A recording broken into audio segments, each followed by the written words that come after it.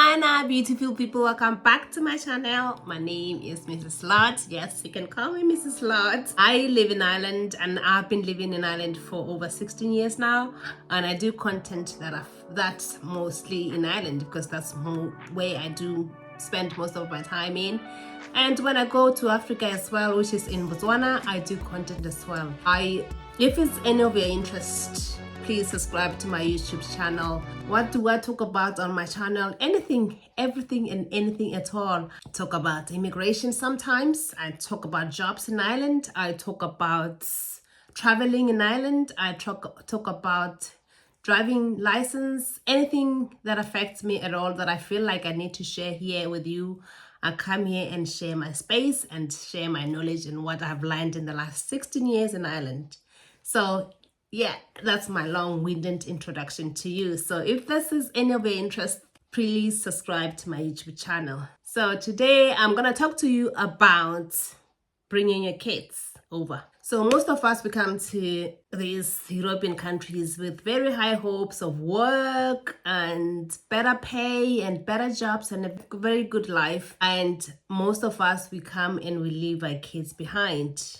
I know quite a few people that I know of. When I first arrived in Ireland, it was like a mommy group where we would talk about our kids, how we miss our kids, how we wish we could have them beside us when we are doing all this work. But in reality, we were here on a student visa. We were not allowed to bring our kids here. So with that aside, you've been here for over 8 years. I think when you are here in Ireland for over 5 years and you've been working and paying tax, you qualify to apply for a citizenship. And I think it depends on which visa you are in, but on a student visa, you can invite your kids to come over for things like Christmas and holidays and things like that, but they cannot stay here.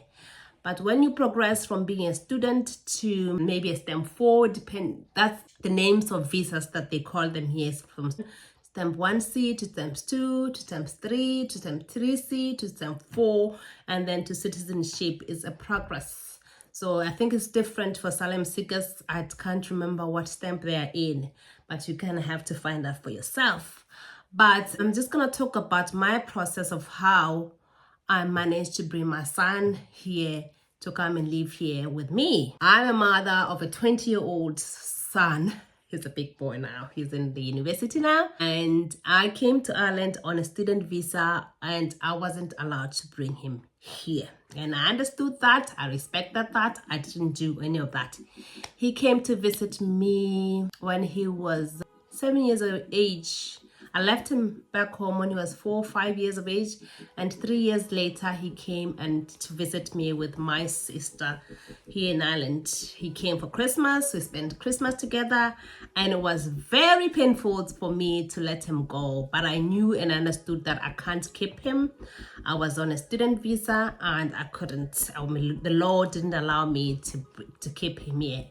So he packed up his bags and with my sister, and they went back home, and that has never left me. It just was the nagging feeling that, did you really just put your own child in a plane back? Yeah, it was hard, but I did it. So after years of me being here in Ireland, I qualified to apply for stamp 4. That's when I re-invited him back here again, and now he is living here with me. So it's one of those things that we shy away from talking about it. And I have been kind of I've met a few people that are pretty much new in Ireland, and I could see the struggle they are going through with their kids back home, and they're longing to have their kids here. So it's not easy.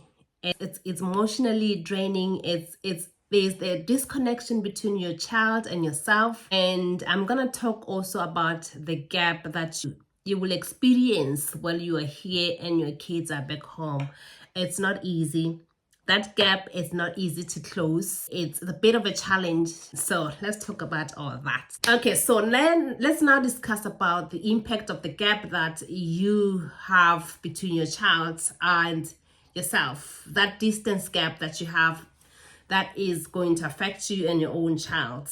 Just talking from my own experience, he came here during Christmas time and it was freezing cold. It was icy. It was almost snowing time. It was cold. And the only thing that he could think about is bring me back home. I want to go back to my grandmother. And that just broke me. It was so hard. I couldn't believe he doesn't want to be here. He missed his own grandmother.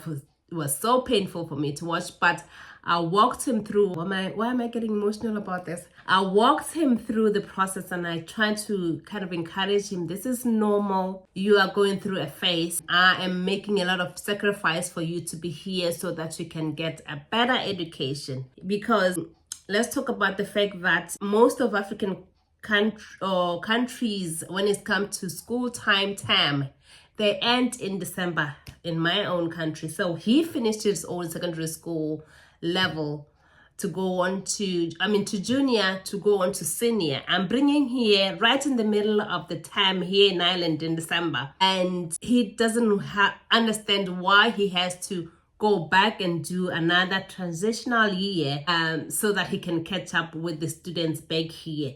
So he's like, Mom, I could be maybe doing my Form 4 back home, but you're bringing me here to do year 3. Why is that? And there was a lot of adjustments that I had to do when it comes to his education, but he did really well and he managed to adjust to that. So just be prepared that your child might take it very hard for them to transition academically from one country to another, and then also emotionally and even physically, like the colds. So just be prepared as a mother and shield that child as much as you can, and just tell them that because you are here, I'm giving you a chance for you to stay here. So also be prepared that the child might want to go back. And if you are very impatient, you might say, okay, go.